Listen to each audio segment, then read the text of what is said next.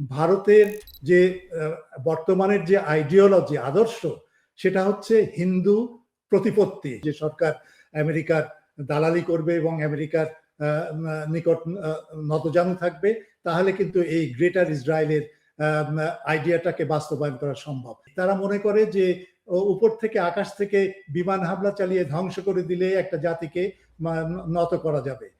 দুইবার বোমা ফেলে ধ্বংস করার পরেও একবারও মানবাধিকার নিয়ে এই পশ্চিমা বিশ্ব একটা টু শব্দ করেনি।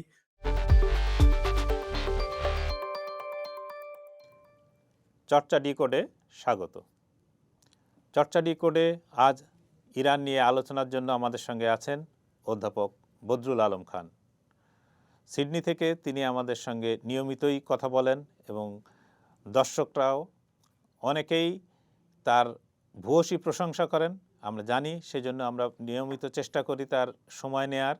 তিনি তার অনেক দামি সময়, মূল্যবান সময়ের মধ্য থেকে আমাদের কিছু সময় বের করে আমাদের সঙ্গে কথা বলেন। অধ্যাপক খান, আপনাকে অনেক অনেক স্বাগত আমাদের অনুষ্ঠানে। আপনাকে অনেক ধন্যবাদ এবং আপনাদের শ্রোতা এবং দর্শক মণ্ডলীকে আমার পক্ষ থেকে ধন্যবাদ এবং শুভেচ্ছা। তো যে জিনিসটা আজকে ইরান হামলার ত্রয়োদশ দিন বা 13তম দিন, এই 13তম দিনে এই ব্যাপকভাবে ইসরায়েল এবং আমেরিকা হামলা চালিয়ে যাচ্ছে। তো যুদ্ধের এখন সর্বশেষ পরিস্থিতি কি দাঁড়িয়েছে, কেমনটা দেখছেন আপনি? আচ্ছা, যুদ্ধের বর্তমান পরিস্থিতি নিয়ে আলাপের প্রথমে আমি বলতে চাই যে এই যুদ্ধ বিরতি নিয়ে একটা গুজব চলছে এবং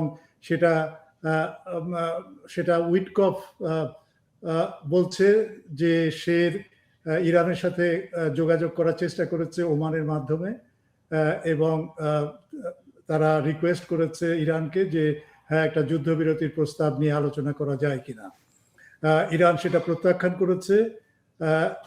ইরান বলছে যে আগে আমরা যেভাবে আক্রমণ চালিয়েছি ইসরায়েলের বিরুদ্ধে, সেই আক্রমণের চরিত্রটা সম্পূর্ণভাবে বদলে যাবে এখন থেকে। সেটা চরিত্র কি ছিল? আগে ছিল যে ইসরায়েল আক্রমণ করছে ইরানকে, ইরান পাল্টা আক্রমণ করছে। এই পাল্টাপাল্টি আক্রমণের একটা প্যাটার্ন কিন্তু এই 13 দিন ধরে আমরা লক্ষ্য করে দেখেছি। কিন্তু এখন ইরান বলছে যে না, এখন থেকে সেই পাল্টাপাল্টি আক্রমণ হবে না, আমরা 24 ঘন্টা ধরে আক্রমণ করব, সে ইসরায়েল আক্রমণ করুক বা না করুক। সুতরাং এটা কিন্তু একটা গুণগত পরিবর্তন লক্ষ্য করছি। এর পাশাপাশি কিন্তু আবার ইরান 3টে শর্ত দিয়েছে যুদ্ধ বন্ধের জন্য, এবং সেই 3টে শর্তের ভেতরে একটি হচ্ছে যে ইরানের সার্বভৌমত্ব নিশ্চিত করতে হবে এবং ইরানের যে পারমাণবিক যে প্রোগ্রাম আছে সেটা বিনা বাধায় এবং নির্বিঘ্নে যেন তারা চালিয়ে যেতে পারে, তার জন্য একটা গ্যারান্টি দিতে হবে। আর দ্বিতীয় হচ্ছে যে এই পারমাণবিক তো আছে এটা, আর হচ্ছে যে তাকে কম্পেনসেট করতে হবে, ইরানকে কম্পেনসেট করতে হবে এবং সেই কম্পেনসেশনের মূল্য হচ্ছে 25 থেকে 30 বিলিয়ন ডলার। এই পর্যন্ত ক্ষতি হয়েছে ইরানের এবং এই ক্ষতির মূল দায়ভার নিতে হবে আমেরিকাকে, এবং আমেরিকা যেন এটা যদি পরিশোধ করে এবং অন্য দাবিটা যদি তারা রক্ষা করে বা মেনে নেয়, তাহলে আমরা চিন্তা ভাবনা করতে পারবো যে আসলে যুদ্ধ বন্ধ হবে কিনা। আমার বিশ্বাস যে ইরান এই দাবিগুলো দিচ্ছে এবং এই দাবি প্রশ্নই আসে না আমেরিকার পক্ষে এটা মেনে নেওয়া, সুতরাং যুদ্ধ চলবে। এই সাথে আমি আরেকটা কথা বলে রাখতে চাই। আমি গত আলোচনায় বলেছিলাম যে ইরানের শর্তের উপরে নির্ভর করে যুদ্ধ বন্ধ হবে, 2 যুদ্ধ অতি শীঘ্রই বন্ধ হবে। এর ভেতরে আমি একটুখানি অ্যামেন্ড করতে চাই, একটু সংশোধন করতে চাই, এই যে ইরানের শর্ত অনুযায়ী যুদ্ধ বন্ধ হবে, এটা আমি নির্দ্বিধায় বলতে পারি এখনো, এবং ইরানের জয় দিয়ে শেষ হবে। কিন্তু যুদ্ধ শেষ হবে কখন, অতি দ্রুত বলতে এটা একটা টাইম আপেক্ষিক ব্যাপার। তো আমি মনে করি আর 10-15 দিনের ভেতরে, বিশেষ করে এই হরমুজ প্রণালীতে যে অবস্থা বিরাজ করছে তার দিকে তাকিয়ে আমি বলতে পারি যে যুদ্ধ ওই অর্থে বেশি দিন টিকবে না, চলবে না। ম্যাক্সিমাম যদি চলে তাহলে 10 থেকে 20 দিন। তো এইটা, এবং আমেরিকা এবং ইসরায়েল কিন্তু আক্রমণ তীব্রতর করেছে। এই তীব্রতর প্রেক্ষাপটে কিন্তু ইরান বলেছে যে না, আর ওই পাল্টাপাল্টি আক্রমণ হবে না, আক্রমণ হবে আমাদের পক্ষ থেকে 24 ঘন্টা। ইসরায়েল 14 দিনের একটা ব্যান, একটা নিষেধাজ্ঞা জানিয়েছে যে বিশেষ করে প্ল্যানেট ডাটা, উপর থেকে স্যাটেলাইট থেকে যে সমস্ত ডাটা নেওয়া হয় এবং ইসরায়েলে কি কি ক্ষয়ক্ষতি হচ্ছে বিশেষ করে তেল আবিব এবং হাইফা শহরে, সেটা দেখানো যাবে না, এরকম একটা নিষেধাজ্ঞা তারা জারি করেছে। এর সাথে আপনি লক্ষ্য করে দেখেন যে আমেরিকার 150 জন সৈনিক তারা আহত হয়েছে এবং তারা এখন বর্তমানে জার্মানির একটা হাসপাতালে তারা ট্রিটমেন্টে আছে। তো এই খবরটা কিন্তু আমরা কখনো জানতাম না এবং এটা অন্ধকারে ছিল, কিন্তু আমেরিকার স্টেট ডিপার্টমেন্ট বাধ্য হয়েছে যে এটা স্বীকার করে নিতে এবং তারা বলেছে যে হ্যাঁ, আমাদের এরকম 150 জন। এই আহতটা কোথা থেকে আহত হলো? আহত হলো এই কারণে যে আমেরিকা কিন্তু তাদের বেস থেকে সমস্ত সৈন্য সরিয়ে নিয়েছে এবং সেই সরিয়ে নিয়ে তাদেরকে এখন যদি 10,000 20,000 সৈন্য থাকে তাদেরকে কোথায় রাখা? তারা রাখছে হচ্ছে হোটেলে, বিশেষ করে সংযুক্ত আরব এমিরেতের হোটেলে, দুবাই এবং অন্যান্য জায়গায়, এবং সেখানে ইরান কিন্তু আক্রমণ করছে। সুতরাং এই 150 জন আহত, কত নিহত হয়েছে, এই সমস্ত খবরগুলো সবই বন্ধ, আমরা জানতে পারছি না, কারণ ইসরায়েল এই যে কোনো খবরের উপরে বিশেষ করে প্ল্যানেট ডাটা যেগুলো স্যাটেলাইট থেকে, সেটা সম্পূর্ণ বন্ধ করে দিয়েছে। মৃত্যু খবর কয়েকটা আছে, বিভিন্ন গুজব আছে এবং এই গুজবে আমি খুব একটা বিশ্বাস করি না, কিন্তু গুজবটা সম্পর্কে জানা দরকার। সেটা হচ্ছে যে বেন গাভির, যে জাতীয় নিরাপত্তা মন্ত্রী ইসরায়েলের, সে শোনা যাচ্ছে সে নিহত হয়েছে। বিবিসি বলেছে যে তিনি একটা গাড়ি অ্যাক্সিডেন্টে তিনি আহত হয়েছেন বা এরকম ধরনের, জানি না এটা সত্যি কি মিথ্যা। নেতেন ইয়াহুর ভাই মারা গেছে, এরকম একটা গুজব আছে। স্মোটরিচ, সে অর্থমন্ত্রী ইসরায়েলের, তার ছেলে আহত হয়েছে এবং স্মোটরিচ নিজেই বলেছে যে হ্যাঁ, তার ছেলে আহত হয়েছে লেবানন সীমান্তে। মোসাদের যে প্রধান ডেভিড বার্নিয়ে, সেও নাকি নিহত হয়েছে। এই বেন গভির এবং স্মোটরিচ, এই দুইজন ব্যক্তি এমনকি নেতানিয়াহু থেকেও অত্যন্ত নিকৃষ্ট মানের দুই ব্যক্তি। নেতানিয়াহু যদি 50 হয় তাহলে এরা হচ্ছে 100। এরা প্যালেস্টাইনি জাতিকে এবং ইরানকে এত ঘৃণা করে যে সেটা ভাষায় কল্পনা করা যায় না বা বলা যায় না। আচ্ছা, রুশ কনসুলেটের পাশে একটা বোমা নিক্ষেপ করে ইসরায়েল এবং তাতে করে রুশ কনসুলেটের একটু ড্যামেজ হয়, একটুখানি ক্ষতি হয়, কিন্তু সেটা খুব একটা বড় কথা না। আর একটা জিনিস হচ্ছে যে ইসরায়েল ইরানে, আগেই বলেছিলাম আমি, গত আলোচনায় বলেছিলাম, একটা লবণ মুক্ত করার একটা প্ল্যান্টে, পানি থেকে লবণ মুক্ত করার একটা প্ল্যান্টে আঘাত করেছিল। এটা অত্যন্ত সিগনিফিক্যান্ট এবং এর থেকে বোকামি কিছু হতে পারে না। এই কারণে যে ইরানে যে লবণ মুক্ত করার যে প্ল্যানগুলো আছে, সেটা ইরানকে কোনোভাবেই ক্ষতি করে না এই কারণে যে ইরান ওই পানি নিষ্কাশন, পানি বিশুদ্ধকরণ প্ল্যান্টের উপরে মাত্র 3% নির্ভর করে। তার মানে যে পানি ইরান খরচ করে সেই পানির 3% আসে এই লবণ মুক্ত করার প্ল্যান থেকে। অথচ সৌদি আরব থেকে শুরু করে আমি যদি কুয়েত, বাহরাইন, ইউএই, তারপরে কাতার, এই সমস্ত দেশগুলোকে যদি ধরি, তাহলে সেখানে তারা এই লবণমুক্ত পানি প্ল্যান্টের উপরে নির্ভর করে 90%, 70 থেকে 90%। সুতরাং ইরান যদি এই প্ল্যান্টগুলোকে আক্রমণ করে তাহলে ইউএই সম্পূর্ণ ধ্বংস হয়ে যাবে, একদিনের পানির তাদের খোরাক নেই। সুতরাং এটা কেন ইসরায়েল করতে গেল? এটা কি আরো এই আরব গালফ স্টেটগুলোকে আরো একটু উত্তপ্ত করা, তাদেরকে ইয়ে করার জন্য? সেটা আমি জানি না, কিন্তু এটা সবচেয়ে বড় বোকামি। গুজব চলছে যে ইরান হরমুজ প্রণালীতে মাইন বসিয়েছে এবং মাইন বসিয়ে বন্ধ করে দিয়েছে, কিন্তু এটা আমি অস্বীকার করি, এটা সঠিক না। ইরানও এটা সঠিক বলে বলেনি, এই কারণে যে ইরানের অন্য যথেষ্ট উপযোগী অস্ত্র আছে। এই মাইন বসানো ছাড়াও তারা কিভাবে এই হরমুজ প্রণালীটাকে শাটডাউন করে রাখতে পারে, বন্ধ রাখতে পারে জাহাজ চলাচল থেকে, সেই ব্যবস্থা তাদের আছে। ইরানের ওই উপকূল দিয়ে সাইলোতে মানে স্বল্প রেঞ্জের বহু মিসাইল আছে, যদি প্রয়োজন হয় তারা সেখান থেকে আঘাত করতে পারে। এরকম একটা প্রচেষ্টা নিয়েছিল তিনটা তেলবাহী জাহাজ, এবং তিনটা তেলবাহী জাহাজকে কিন্তু ইরান আক্রমণ করেছে এখন, এবং সেটা হিট করেছে। এ নিয়ে আমেরিকা এবং পশ্চিমা বিশ্ব ইরানকে অভিযুক্ত করছে যে হ্যাঁ, তুমি এরকম অবরোধ করে রেখেছো কেন। আপনি চিন্তা করেন যে ভেনেজুয়েলার চারিপাশে 1.5 মাস থেকে 2 মাস ধরে তারা অবরোধ করে সেখানে তেল না পাঠানোর যে অবরোধ করেছিল, সে সম্পর্কে পশ্চিমা বিশ্ব, আমেরিকা একবার উচ্চবাচ্য করেনি।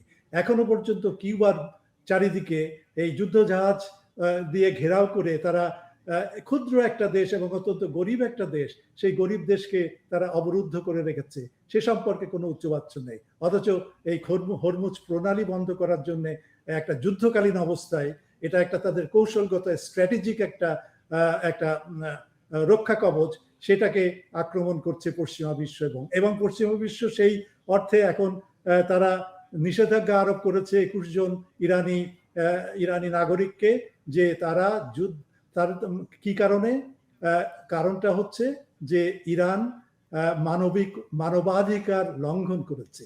মানবাধিকার লঙ্ঘন, 168 জন নিষ্পাপ শিশুকে 2 বার বোমা ফেলে ধ্বংস করার পরেও একবারও মানবাধিকার নিয়ে এই পশ্চিমা বিশ্ব একটা টু শব্দ করেনি। আর এখন তারা মানবাধিকার বলছে যে কেন ইরান জানুয়ারি মাসে ওই বিক্ষোভকারীদের বিরুদ্ধে ব্যবস্থা করেছিল এবং কিছু কিছু মারা গিয়েছিল। সুতরাং এদের যে ভণ্ডামি এবং এদের যে হিপোক্রেসি, এটা অকল্পনীয়, পশ্চিমা বিশ্বের কল্পনা করা যায় না। ইসরায়েল ইরানের একটা ব্যাংকে আঘাত করেছে, এবং এই ব্যাংকটা কিন্তু IRGC, ইসলামিক রেভলিউশনারি গার্ড কোরদের বেতন দেয়, এবং এই বেতনের ব্যবস্থা করে, খাদ্য রসদ কেনার জন্য এই বেতনটা অত্যন্ত প্রয়োজনীয়, সেখানে আঘাত করেছে। সুতরাং আপনি লক্ষ্য করে দেখেন যে ইসরায়েল এখন টার্গেট করছে এমন সব প্রতিষ্ঠান যেগুলো বেসামরিক, এবং সেই বেসামরিক প্রতিষ্ঠানগুলোর আক্রমণ করে তারা সমস্ত নেটওয়ার্কটাকে ধ্বংস করে দিচ্ছে, বেসামরিক সরকার যেন অচল হয়ে যায়। এ সম্পর্কে আমি আরো একটু পরে আলাপ করব। খুব তাড়াতাড়ি আরেকটা বলি যে আর একটা লক্ষণের দিক হচ্ছে ইরান কিন্তু টার্গেট করছে দুটো শহর, একটা হচ্ছে তেল আবিব এবং হাইফা। কি আক্রমণের কি ফলাফল সেটা আমরা দেখতে পাচ্ছি না, কারণ পশ্চিমা মিডিয়া কিন্তু অত্যন্ত সূক্ষ্মভাবেই এটাকে ঢেকে রাখার চেষ্টা করছে। কিভাবে ঢেকে রাখার, আমি কয়েকটা ফুটেজ দেখলাম, অ্যাসোসিয়েটেড প্রেস, তারপরে বিবিসি, তারপর ফক্স নিউজ এবং CBS নিউজ, এরা যখন সাইরেন বাজছে তেল আবিব শহরে, তখন তারা ক্যামেরাটা আকাশের দিকে লক্ষ্য না করে সে ক্যামেরা নিয়ে আসছে উপস্থাপকের সামনে। তার মানে তারা অ্যাভয়েড করতে চায়, তারা এড়িয়ে যেতে চায় আক্রমণের তীব্রতা কতটুকু সেটা দেখাতে চায় না।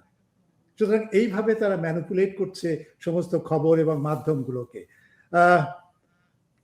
আমেরিকার প্রেসিডেন্ট একটা ইন্টারভিউয়ে সে বলছে যে আমরা ইরানের যে যুদ্ধজাহাজটা ডুবিয়েছি কলম্বোর পাশে, সেটা কুল, ওরা বলে কুল আর কি, মানে এর থেকে আনন্দের কিছু হতে পারে না, এবং এটা একটা ফান,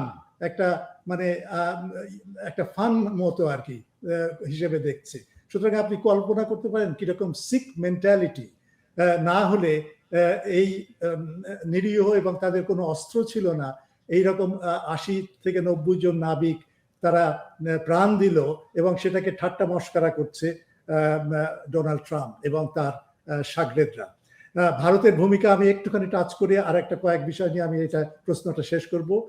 ভারত যখন এই যুদ্ধ জাহাজটা ভারতের নৌ মহড়া শেষ করে যখন ইরানে প্রত্যাবর্তন করছে, তখন ভারতের chief of staff say telephone করেছে আমেরিকাকে, সে টেলিফোন করেছে ইসরায়েলকে, টেলিফোন করে জানিয়েছে যে যুদ্ধজাহাজটা যাচ্ছে। তার অর্থ হচ্ছে এখন এই যুদ্ধজাহাজ যাচ্ছে, এখন তুমি যা ইচ্ছা তাই করো। সুতরাং কিরকম বেইমানি এবং বিশ্বাসঘাতকতা এই ভারত করতে পারে, এটা অকল্পনীয়।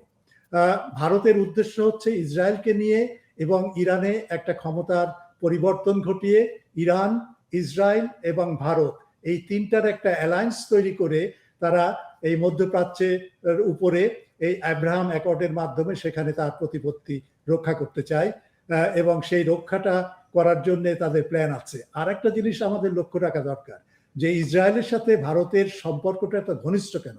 আমি ভারত বলতে বোঝাচ্ছি মোদির ভারত। এই ঘনিষ্ঠ কেন এই কারণে, ভারতের যে বর্তমানের যে আইডিওলজি, আদর্শ, সেটা হচ্ছে হিন্দু প্রতিপত্তি, হিন্দুর মাহাত্ম্য, এবং হিন্দুই হচ্ছে হিন্দু ধর্ম এবং হিন্দু ধর্মাবলম্বী মানুষই হচ্ছে নিয়ন্ত্রণ করবে ভারতকে। ঠিক একইভাবে কিন্তু আপনি লক্ষ্য করে দেখেন মধ্যপ্রাচ্যে এবং বিশেষ করে ইসরায়েলে এই জায়নবাদ বা জায়নিজম, যেটা যে ইহুদি কর্তৃত্ববাদ, সুতরাং তারা সমস্ত কিছু নিয়ন্ত্রণ করবে মধ্যপ্রাচ্যের দেশগুলোকে। সুতরাং এই যে অ্যালায়েন্সটা, এটা কিন্তু আমাদের জানা খুবই ইম্পর্টেন্ট। সুতরাং ভারত যে খেলা খেলছে ইসরায়েলের সাথে, সেটা অত্যন্ত ন্যাক্কারজনক বলে আমি মনে করব। কুইকলি আর দুটো পয়েন্টে আমি শেষ করি। সেটা হচ্ছে, এক হচ্ছে যে যারা যুদ্ধবাজ এবং যুদ্ধের জন্য উস্কানি দিয়েছিল, তার ভেতরে দুইজন হচ্ছে রিচার্ড ব্লুমেন্থাল, তিনি একজন সিনেটর, এবং আরেকজন হচ্ছে আরো একজন ছিলেন।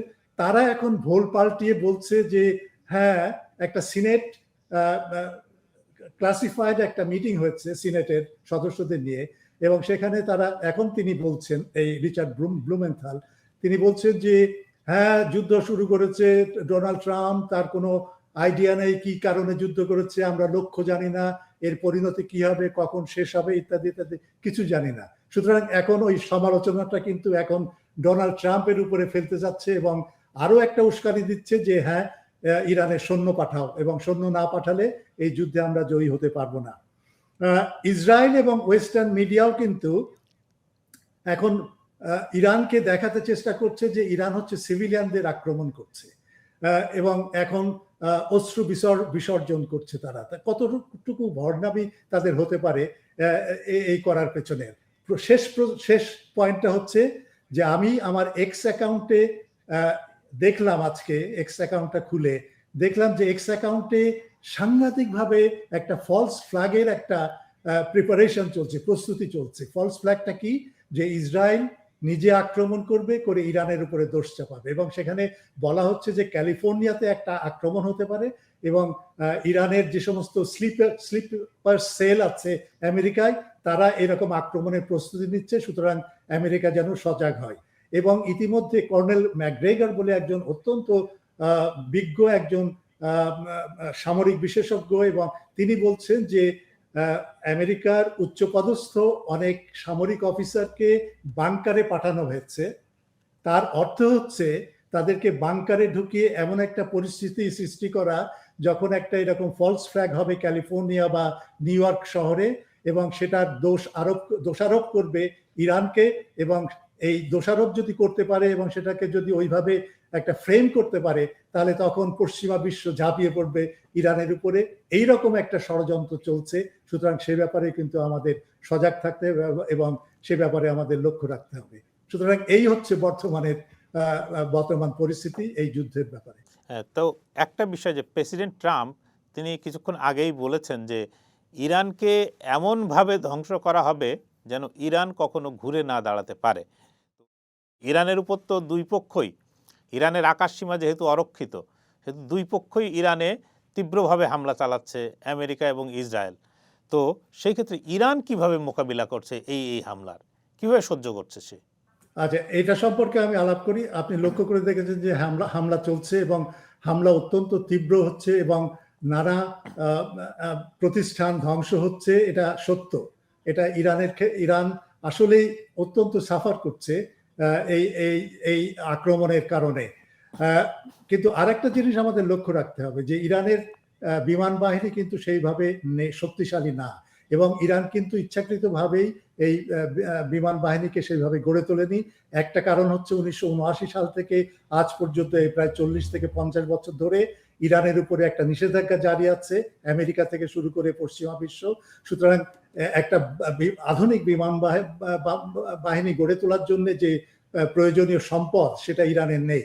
কিন্তু আরেকটা কারণে ইরান কিন্তু তার বিমান বাহিনী গড়ে তোলেনি, সেটা হচ্ছে যে ইরান জানে যে আমেরিকার বিমান বাহিনীর শক্তি অত্যন্ত সাংঘাতিক রকমের, এবং এটা এমনকি অন্যান্য দেশও কিন্তু এই এই শক্তিকে মোকাবেলা করতে পারেনি, এমনকি রাশিয়াকে বলি বা চীন বলি, এখন হয়তো পরিবর্তন হয়ে গেছে, কিন্তু তাদের শক্তি সাংঘাতিক। এটাকে বলে অ্যাসিমেট্রিক, ইংরেজিতে বলে অ্যাসিমেট্রিক ওয়ার। তার মানে ইরান যদি তার বিমান বাহিনী তৈরি করত এবং আমেরিকার বিরুদ্ধে যুদ্ধ করত, এবং ইরান জানে যে আমেরিকার বিরুদ্ধে তার যুদ্ধ করতেই হবে, তাহলে সেটা হতো অ্যাসিমেট্রিক ওয়ার। সেই জন্য সেই বিমান বাহিনী গঠন করেনি, তার বদলে সে যেটা করেছে সেটা হচ্ছে তার মিসাইল ক্ষেপণাস্ত্র। কেন করেছে? ইরান কিন্তু সচেতনভাবে লক্ষ্য করে দেখেছে যে 2001 সালে আফগানিস্তানে, 2003 সালে ইরাকে, তারপরে বসনিয়াতে, তাছাড়া দ্বিতীয় মহাযুদ্ধের সময় যেভাবে ব্রিটেন আক্রমণ করেছিল হিটলারের বাহিনীকে, এবং আরো ভিয়েতনামে এবং ক্যাম্বোডিয়াতে এবং কোরিয়াতে তারা লক্ষ্য করে দেখেছে যে আমেরিকার বিমান বাহিনী বিধ্বংসী, একেবারে এর শক্তি যে কি পরিমাণে। এবং এটা কিন্তু ওয়েস্টার্ন যুদ্ধ কৌশলের একটা দিক। তারা মনে করে যে উপর থেকে, আকাশ থেকে বিমান হামলা চালিয়ে ধ্বংস করে দিলে একটা জাতিকে নত করা যাবে। সুতরাং এর বিকল্প হিসেবে ইরান যেহেতু জানে যে হ্যাঁ তার বিমান বাহিনী রক্ষা করা সম্ভব হবে না, সেই জন্য তারা বিকল্প হিসেবে তাদের সমস্ত অস্ত্রশস্ত্রগুলো তারা মাটির নিচে নিয়ে গেছে, মাটির নিচে, এবং ক্ষেপণাস্ত্রই হচ্ছে তাদের বিমান বাহিনী। এবং এখন সেটাই আমরা লক্ষ্য করে দেখছি যে ইরানের যে ক্ষেপণাস্ত্র এত উন্নত এবং এত শক্তিশালী, সেই কারণেই কিন্তু আজকে ইসরায়েল এমন সমস্ত হামলার মুখোমুখি হচ্ছে যে যেটা তারা মানে ট্যাকেল করতে পারছে না। এটা হচ্ছে এক। দ্বিতীয় হচ্ছে যে আমি আগে বলেছিলাম যে ইরানের স্ট্র্যাটেজি হচ্ছে লং ওয়ার, অ্যাট্রিশনাল ওয়ার, তার মানে যুদ্ধকে দীর্ঘায়িত করা, এবং সেটা তারা সফল হয়েছে। আর অন্যদিক থেকে পশ্চিমা বিশ্বরা চেয়েছিল 2 দিনে যুদ্ধ শেষ হবে, ইরানে ক্ষমতার রদবদল হবে এবং তারা যে ওখানে দখল করে নিবে এবং তারা তাদের মতো করে একটা সরকার গঠন করে ইরানকে নিয়ন্ত্রণ করবে। সেটা হয়নি।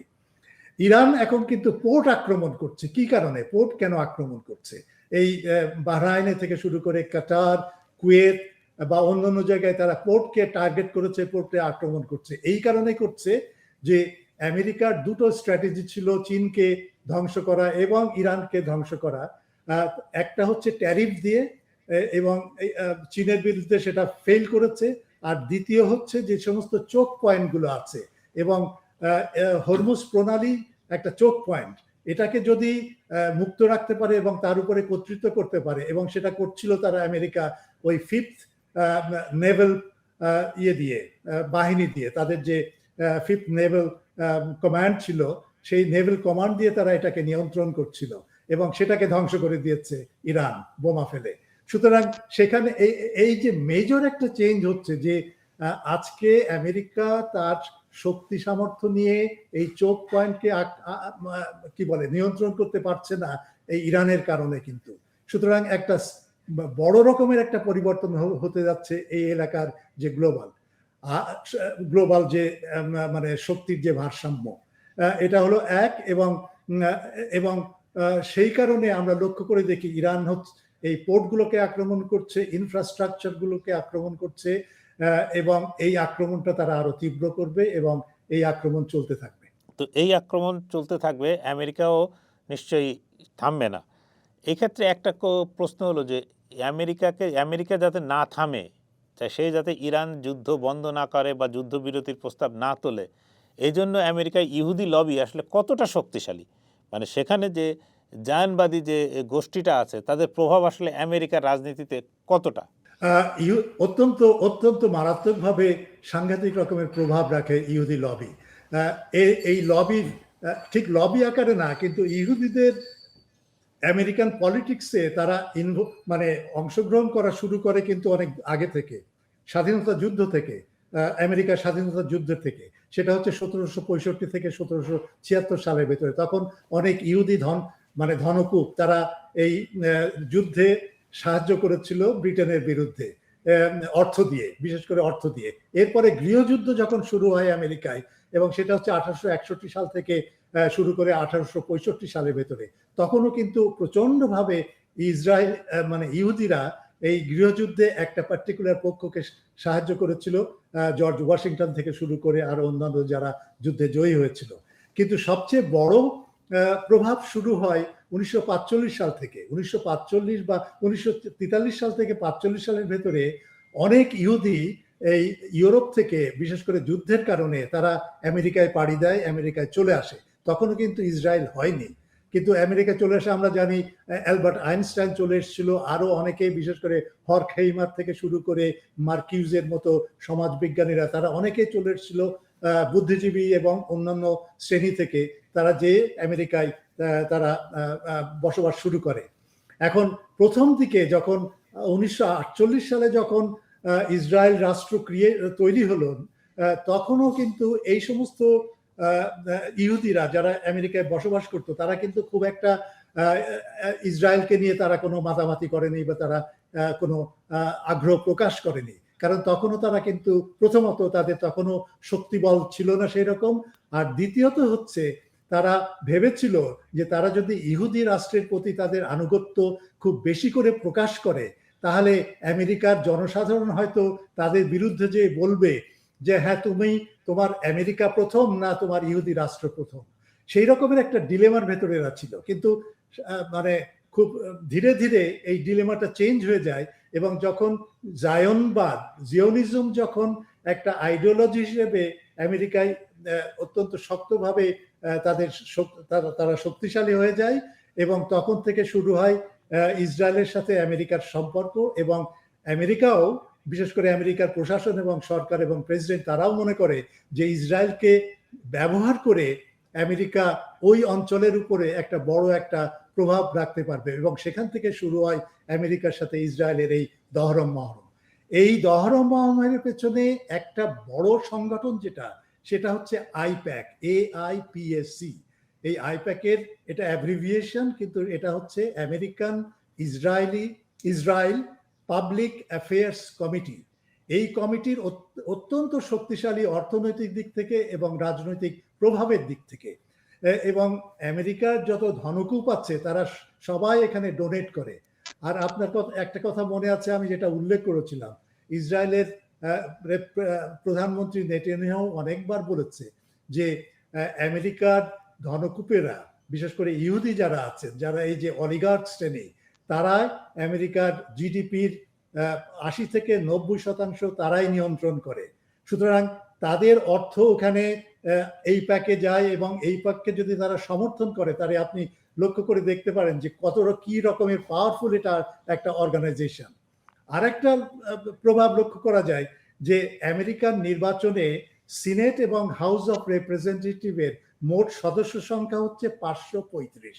এই 535-এর ভেতরে বিগত নির্বাচনে 2024 সালে যে নির্বাচন হয়েছিল, সেই নির্বাচনে 100 জন সিনেটর থাকে, আর বাকি 435 জন থাকে হাউস অফ রিপ্রেজেন্টেটিভের। এই 535-এর ভেতরে 318 জন এই প্যাকের ক্যান্ডিডেট, অর্থাৎ এই প্যাক তাদেরকে টাকা দিয়েছে তাদের নির্বাচনী প্রচারণার জন্য, এবং এই ওয়াদা করে যে তারা যখন নির্বাচিত হবে তখন তারা ইসরায়েলের পক্ষ সমর্থন করে তারা সব নীতি প্রণয়ন করবে এবং ইসরায়েলকে সমর্থন করবে। এর প্রতিফলটা দেখেন, যখন ইসরায়েলের প্রধানমন্ত্রী নেতানিয়াহু আমেরিকা সফর করতে আসে, এবং যখন সিনেট এবং হাউস অফ রিপ্রেজেন্টেটিভে সে যৌথ মিটিংয়ে সে যখন বক্তৃতা দেয়, তখন তার 50 মিনিট বক্তৃতার তাই 60 বার এই সিনেটর এবং রিপ্রেজেন্টেটিভরা উঠে দাঁড়িয়ে তাকে করতালি দিয়ে সম্বর্ধনা জানায়, অভিনন্দন জানায়।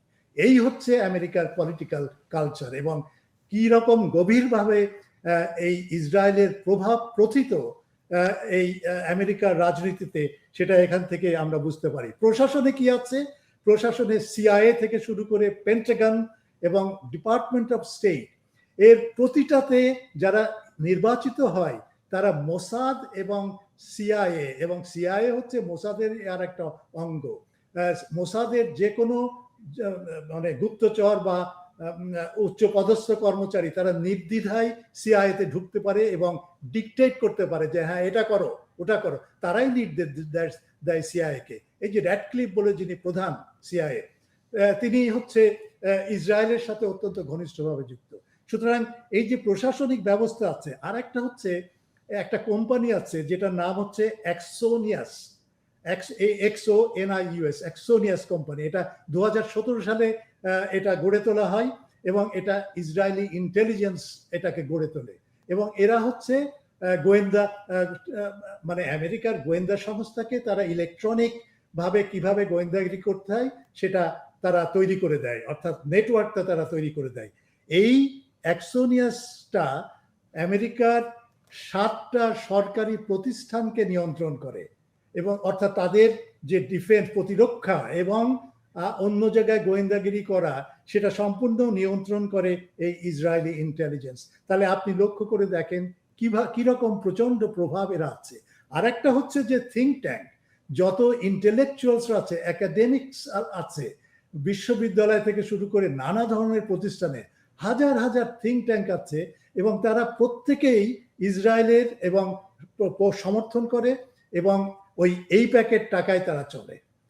এই প্যাকেট টাকা দিয়ে এই সমস্ত প্রতিষ্ঠানগুলো চালানো হয়, অথবা সিআইএর টাকায়, অথবা ওই যে national endowment for democracy, USAID, এই সমস্ত টাকা দিয়ে এই সমস্ত প্রতিষ্ঠানগুলো চলে। সেটা কলম্বিয়া ইউনিভার্সিটি বলি, হার্ভার্ড ইউনিভার্সিটি বলি, বা আরো অন্যান্য যে সমস্ত ইউনিভার্সিটি আছে সেগুলো এইভাবে চলে। সুতরাং আপনি লক্ষ্য করে দেখেন যে আমেরিকায় তাদের প্রভাব কি প্রচন্ড রকমের, এবং এই প্রভাব থেকে এটা একটা ক্যান্সারের মতো যে একটা অন্য দেশ সহ এত বৃহৎ একটা দেশকে নিয়ন্ত্রণ করছে, অথচ এই বৃহৎ দেশটা কমপ্লিটলি অসহায়, এই ইসরায়েলের হাতে তারা জিম্মি হয়ে আছে। সুতরাং এইরকম একটা পরিস্থিতি, এই প্রভাবের এই দিকটা আমাদের অবশ্যই লক্ষ্য রাখা দরকার। কেন ইসরায়েল এবং আমেরিকা এত ঘনিষ্ঠভাবে সম্পৃক্ত, সে সামরিক ক্ষেত্রেই বলি আর রাজনীতির ক্ষেত্রেই বলি। তো এই আরেকটা প্রশ্ন যেটা খুব মানে বড় আকারে উঠছে সেটা হচ্ছে যে ট্রাম্প বা নেতানিয়াহু, বিশেষত নেতানিয়াহু বারবার তিনি যে যুদ্ধ করছেন, যুদ্ধ করার ক্ষেত্রে বলা হচ্ছে যে নেতানিয়াহুর বিরুদ্ধে 3টি মামলা চলছে ইসরায়েলের আদালতে এবং এর মধ্যে একটি মামলা প্রায় শেষ পর্যায়ে। তিনি যদি দোষী সাব্যস্ত হন তাহলে তার প্রধানমন্ত্রী পদ চলে যাবে, তার রাজনৈতিক ক্যারিয়ারও শেষ।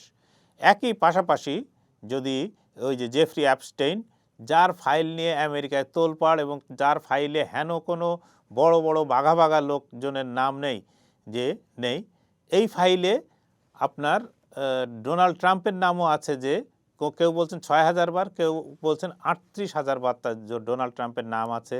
ডোনাল্ড ট্রাম্পের সঙ্গে ছবি আছে, এমনকি ডোনাল্ড ট্রাম্পের সঙ্গে কম বয়সী 12-13 বছরের শিশু বালিকাদের ছবিও সেখানে আছে।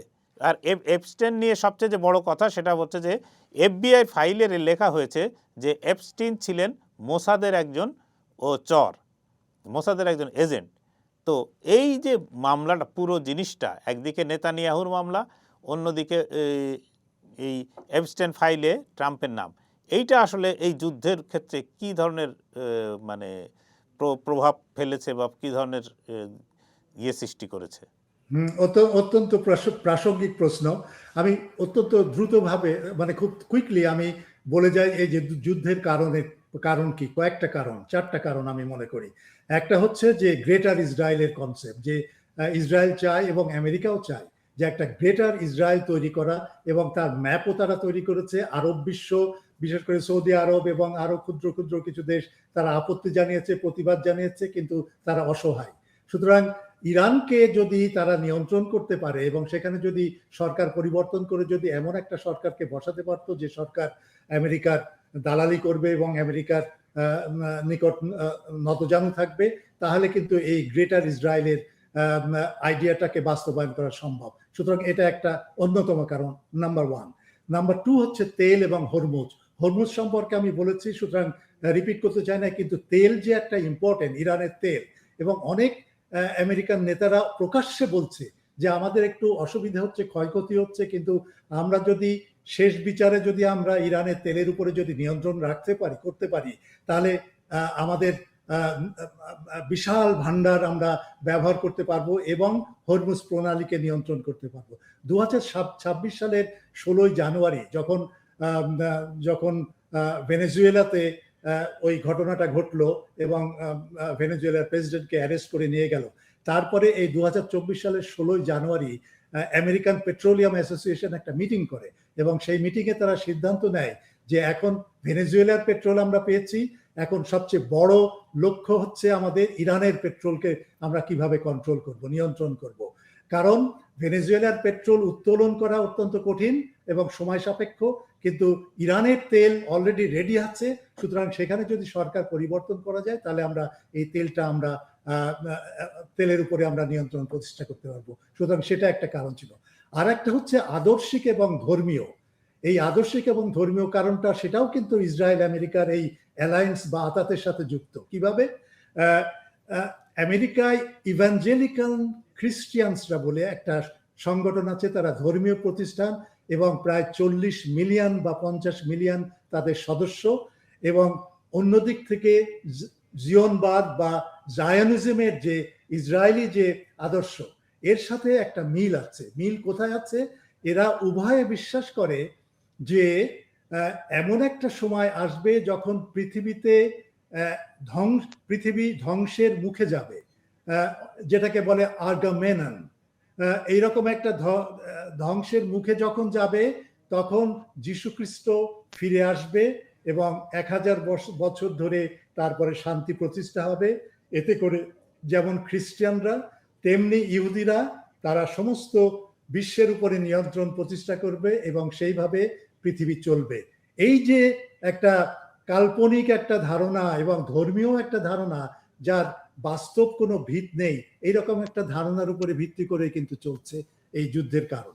আর চতুর্থ কারণ হচ্ছে যেটা আপনি বললেন যে আমাদের ডোনাল্ড ট্রাম্প এবং এপস্টিনের যে কেলেঙ্কারি, এই দুইজনের যে কেলেঙ্কারি, সেটা হচ্ছে এই 1980 সালে একটা ডকুমেন্টে দেখা গেছে যে ডোনাল্ড ট্রাম্প 13 থেকে 15 বছরের যুবতীদের সাথে নানা ধরনের মানে শারীরিক সম্পর্কের কয়েক হাজার বার উল্লেখ আছে, 6000 বার বিশেষ করে, অনেকে বলছে 38,000 বার তার উল্লেখ আছে এই দলিলে। সুতরাং এটা হচ্ছে ডোনাল্ড ট্রাম্পের একটা দিক। নেতানিয়াহু 3টা দুর্নীতি মামলা আছে এবং তার বিচার শুরু হয় 2020 সাল থেকে, এবং সে উপহার কেলেঙ্কারি, প্রতারণা এবং ঘনিষ্ঠদের সুবিধা দেওয়া, এই কেলেঙ্কারিগুলো আছে এবং তার বিচারে সে সাজাপ্রাপ্ত প্রায় বলা যায়। এই কারণে যে সে দোষ স্বীকার করে নিয়ে কিন্তু ক্ষমা ভিক্ষা চেয়েছে, ইসরায়েলের প্রেসিডেন্ট ক্ষমা ভিক্ষা দেয়নি।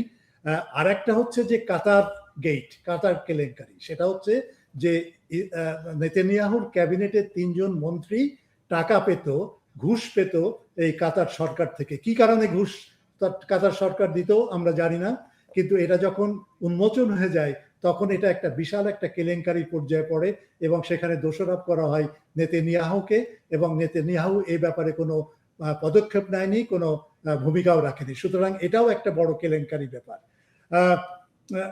এটা হচ্ছে একটা সিন্ডিকেট। এই যে এপস্টিন কেস নিয়ে যেটা, এটা একটা সিন্ডিকেট। এই সিন্ডিকেটে 3টা অংশ আছে। একটা হচ্ছে আমেরিকার এলিট শ্রেণী, দ্বিতীয় হচ্ছে ইসরায়েলের গোয়েন্দা বিভাগ, এবং তৃতীয় হচ্ছে আমাদের এই গালফ মুসলিম দেশগুলো। এদের একটা সাংঘাতিক একটা নেটওয়ার্ক সৃষ্টি হয়েছে। এই নেটওয়ার্কটা হচ্ছে যে, এবং এই নেটওয়ার্কের পরিচালনার ভার নিয়েছে ইসরায়েলের গোয়েন্দা বিভাগ মোসাদ। এর উদ্দেশ্যটা হচ্ছে সমস্ত রাজনৈতিক এবং এলিট শ্রেণীকে, তারপরে বড় বড় বিজ্ঞ রাজনীতিবিদ এবং একাডেমিক্স এবং সেলিব্রিটি, এদেরকে করাপ্ট করা, একদম সম্পূর্ণ করাপ্ট করা। এই করাপ্ট করার মাধ্যম হচ্ছে যে যৌন ভাবে তাদেরকে সাহায্য করা, তাদেরকে সুবিধা দেওয়া, এবং সেইভাবে সে একটা নেটওয়ার্কও গড়ে তুলেছে। সেখানে বিল ক্লিন্টন আছে, সেখানে ইহুড বারাক আছে এবং নেইকে।